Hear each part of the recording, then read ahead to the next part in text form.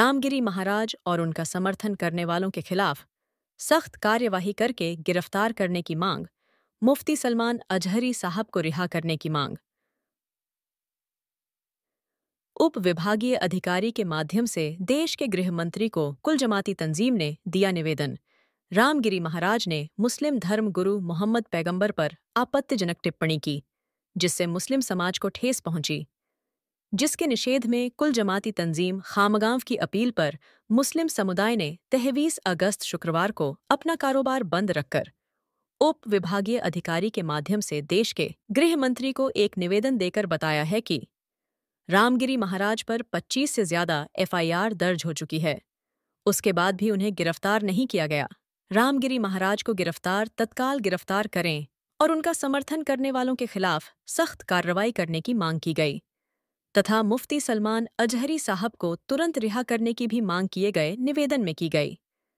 निवेदन देते समय मौलाना मोहम्मद आनिस अशरफी, मौलाना मोहम्मद खलील अशरफी, मौलाना मोहम्मद सुहेल निज़ामी, हाफिज सरफराज खान, मुफ्ती मोहम्मद सिद्दीकी साहब, जाकिर भाई, अनीस जमादार, जफर उबैद अंसारी और मुस्लिम समुदाय के युवा बड़ी संख्या में उपस्थित थे। महाराष्ट्र 24 न्यूज़ के लिए खामगांव प्रतिनिधि शेख जाकिर की रिपोर्ट। 14/8/2024 रोजी महाराज म्हणणारे रामगिरी महाराज पहिल्यांदा तर ते रामगिरी महाराजच नाही, जे महाराज असतील असे कोणतेही महाराज कोणत्याही धर्माविरुद्ध बोलत नाही। ते स्वतःच्या धर्माचं आचरण करतात आणि दुसऱ्याच्या धर्माचं पालन करतात, परंतु हे महाराज स्वतःला महाराज म्हणतात। ते विधानसभा जवळ येत आहे, आपल्या सर्वांना माहित आहे, आणि ह्या राजकीय हेतू हा डाव चालण्याच्या उद्देशाने जे काही राजकीय लोक आहेत त्यांच्या हाताखालचे हे मांजर बनून सर्व महाराष्ट्रातील नव्हे तर संपूर्ण भारतातील जगातील वातावरण खराब करण्याच्या उद्देशाने हे इस्लामचे शेवटचे संस्थापक प्रेषित ज्यांनी संपूर्ण जगाला शांतीचा आणि मानवतेचा आचरण केलं आणि त्यांना निर्देश दिले, ते फक्त मुस्लिमांचे प्रेषित किंवा मोहम्मद नव्हते, संपूर्ण जगाला त्यांची शिकवण माहित होती। आपण ऐकलं असेल ईसाई धर्माचे मायकल हार्ट म्हणतात, मी जगातील सर्व मोठमोठ्या महानताचे प्रेषितांचे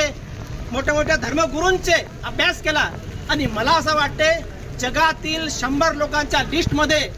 सर्वात नंबर 1 चा व्यक्ती असेल जो असेल तर ते आहेत मोहम्मद पैगंबर, ज्यांनी संपूर्ण जगाला अतिशय कमी कालावधीमध्ये फक्त 23 वर्षाच्या कालावधीमध्ये जिथं रानटी वातावरण होतं, जिथं माणूस माणसाला माणसासारखा वागवत नव्हता, जिथं मुलगी जन्म झाल्याबरोबर तिला संपत होते, अशा दरोडखोर वातावरणात, चोरट्या वातावरणात एक प्रेषिताचा जन्म झाला आणि अल्पावधीमध्ये त्यांनी संपूर्ण जगाचं वातावरण शांतीकडे करून दिलं। अशा मोहम्मद पैगंबराविरुद्ध कुणी जर अपशब्द बोलत असेल, अशा लोकांना मुस्लिम समाज केव्हाही माफ करणार नाही। आणि मला असं वाटते जे काही लोक कोणत्याही धर्माच्या धर्मगुरूविरुद्ध बोलत असतील तर त्यांना कठोर शिक्षा झाली पाहिजे आणि त्यासाठी कायद्यामध्ये स्पेशल प्रोव्हिजन करून त्यांना फास्ट ट्रॅकमध्ये केस चालवून सेशन कोर्टात अशा प्रकरण चालवले अशी मी शासनाकडे विनंती करतो। आणि जे कोणी अशा महाराजचा पाठराखण करत असेल, त्याला प्रतिसाद देत असेल किंवा सहकार्य करत असेल तर आम्ही कुल जमाती तंजीम खामगावतर्फे त्या सर्वांचा